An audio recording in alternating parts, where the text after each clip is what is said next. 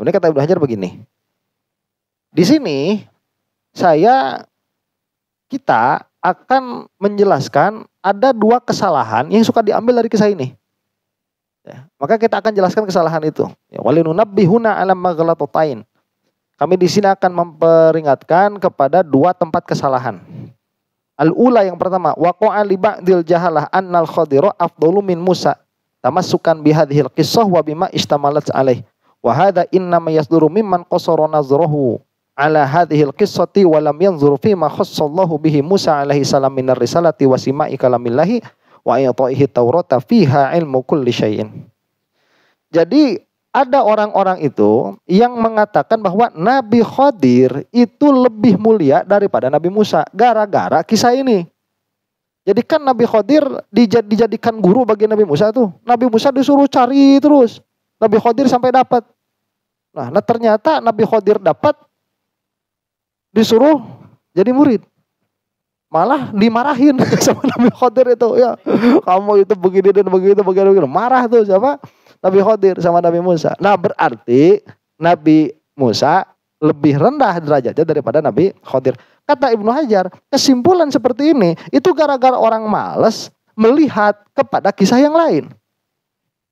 Jadi kalau gini ya, yang namanya agama itu kita tidak bisa cuman baru baca satu hadis, cuman baru baca satu ayat, kemudian kita itu sudah menyimpulkan bahwa sesuatu ini begini dan begitu dari satu hadis dan satu ayat, gak bisa.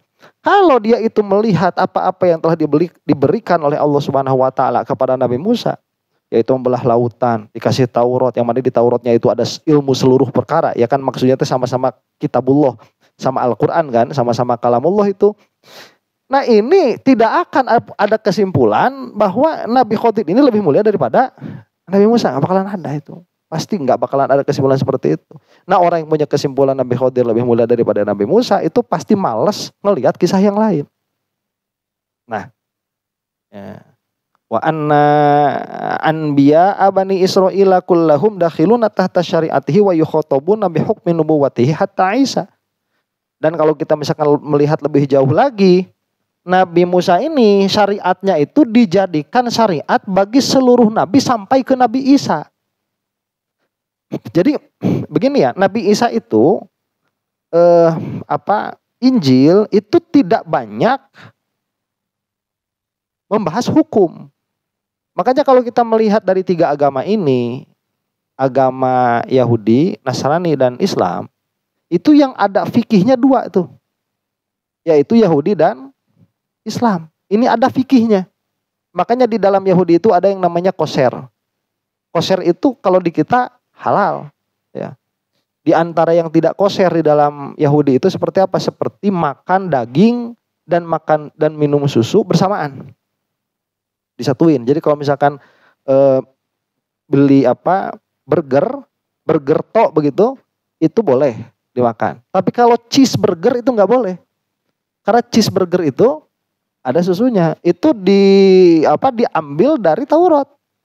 Cuman kalau misalkan kita bahas ke Kristen mah nggak ada fikihnya. Kristen mah terus kasih gitu. Makanya ada lagunya kan, kisah kasih di sekolah. Salah ya.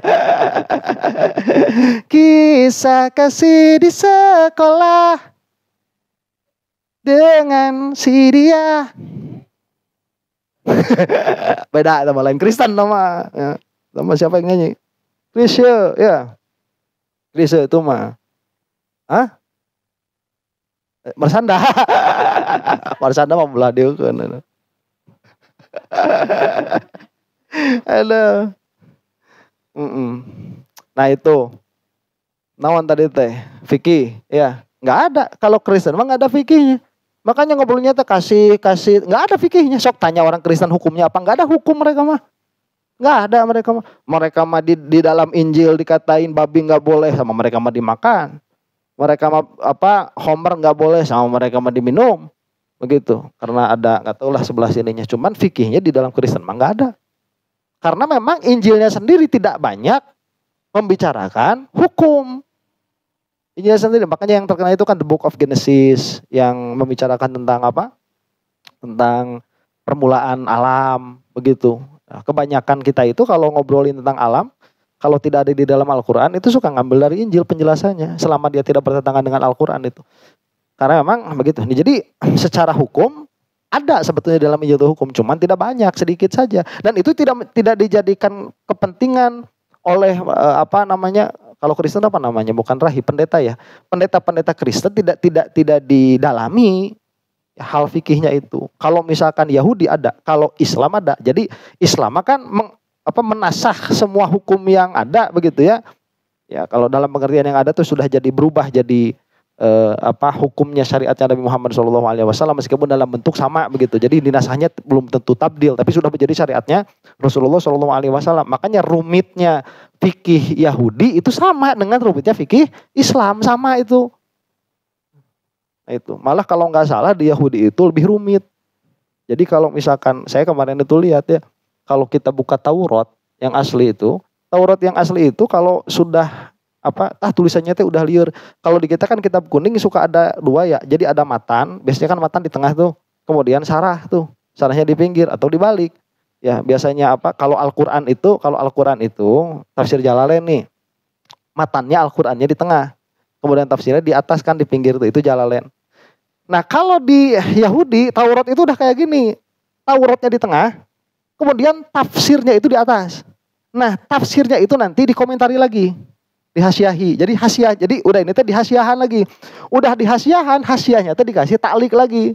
Kemudian takliknya itu nanti dikasih tahqiq lagi. Itu saya lihat sampai 7 yang penulisnya itu. Makanya gede-gede Taurat mah. Ya. Itu lebih rumit daripada Al-Qur'an di dalam memahaminya begitu. Nah. Mana tadi?